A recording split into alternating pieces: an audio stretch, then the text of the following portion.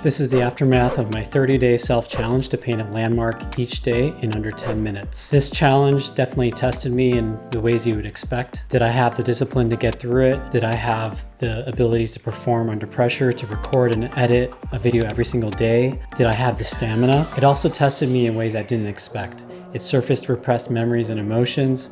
It actually made me avoid certain landmarks. It could have derailed the whole project unless I faced what I needed to face. For this challenge, I came up with 9 self-imposed rules. The main ones are, I had to complete each painting in under 10 minutes. It had to be a landmark that I visited personally. And I had to record and post a video every single day. I had 39 paintings in the end because some days I had do-overs where I just kept messing up and I had to start over. But I also had a few tech failures, like where my camera just took a nosedive in the middle of the session. I made it through to the end, but honestly, I didn't know how hard it would hit me emotionally. The first few days actually flew by. I started with the St. Louis Arch, which is where I grew up, and then I moved on to some landmarks here in New York City where I've spent the last couple of decades. This view of the Empire State Building is actually the view from my studio window. And this, the Freedom Tower, I actually painted a larger version of this a few years ago, and I thought it'd be fun to take it up again for this challenge. I then moved on to a recent family trip to the American Southwest, and then I dug deeper and I looked for photos in Japan, Iceland, Taiwan, the Netherlands. These are all places that our family traveled to a few years ago. I found my confidence increasing as this went on. I fell into a repeatable shooting and editing flow, which helped me be able to focus on my painting.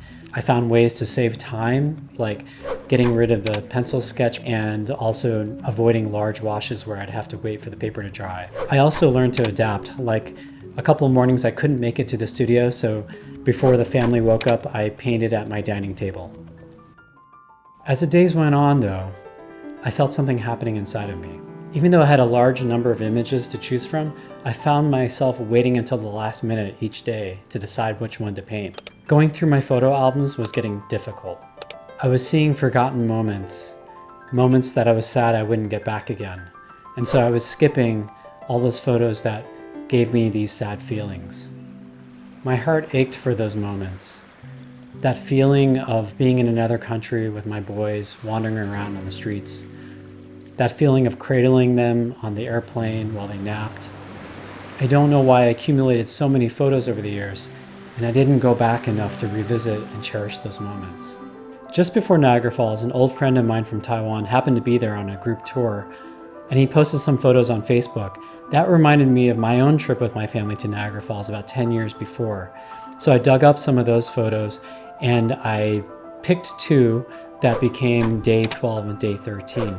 And actually that motivated me to reach out to Brandon and see if I could meet up with him somehow, even though he was on a tour group. And we found a 15-minute window in Times Square.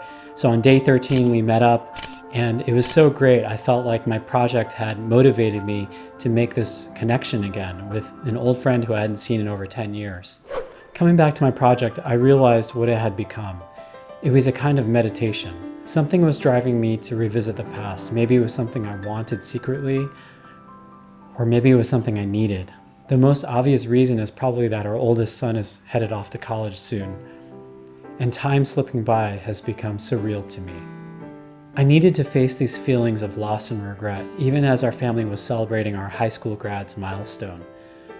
I needed the reminder to cherish those memories, especially the childhoods that I stored digitally, but so often failed to revisit. Our family was undergoing a small transformation, and there was a part of me that just wasn't ready for it. I did get better at acknowledging these feelings and finishing the challenge. Capping it all off, I painted the Ring in Montreal, which we had visited this past winter, and then I had to finish with the Great Wall of China, my ancestral homeland. The Oxford Dictionary defines landmark as an object or feature of a landscape or town that is easily seen and recognized from a distance, especially one that enables someone to establish their location, or an event, discovery, or change marking an important stage or turning point in something.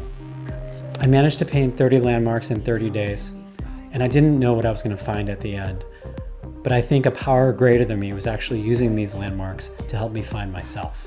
If you want to see all 30 videos of the paintings I created, check out this playlist. And please like and subscribe to hear more about my art journey and how we can find beauty in any of our surroundings. Thanks, and see you around.